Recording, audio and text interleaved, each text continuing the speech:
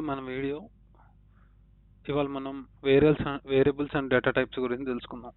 So మనం remaining programming లాంగ్వేజెస్లో చూస్తే ఏదైనా వేరియబుల్ని డిక్లేర్ చేయాలంటే ఫస్ట్ మనం ఏంటంటే ఇంటిజర్ ఏ ఈక్వల్ టు 10 అని చెప్పాలి. సో కానీ పైథాన్లో లేదంటే ఫర్ ఎగ్జాంపుల్ స్ట్రింగ్ డిక్లేర్ చేయాలంటే string str equal to Python ఇలా చెప్పాలన్నమాట. ఏది రిమైనింగ్ ప్రోగ్రామింగ్ లాంగ్వేజ్లో. కానీ Python is an easy language కదా. సో పైథాన్లో మనం ఇలా డేటా టైప్స్ అనేది డిక్లేర్ చేయాల్సిన అవసరం లేదు. డైరెక్ట్గా ఏ ఈక్వల్ టు 10 అలాగే str equal to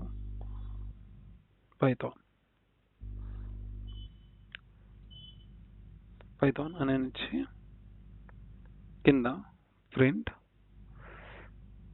A str అంటే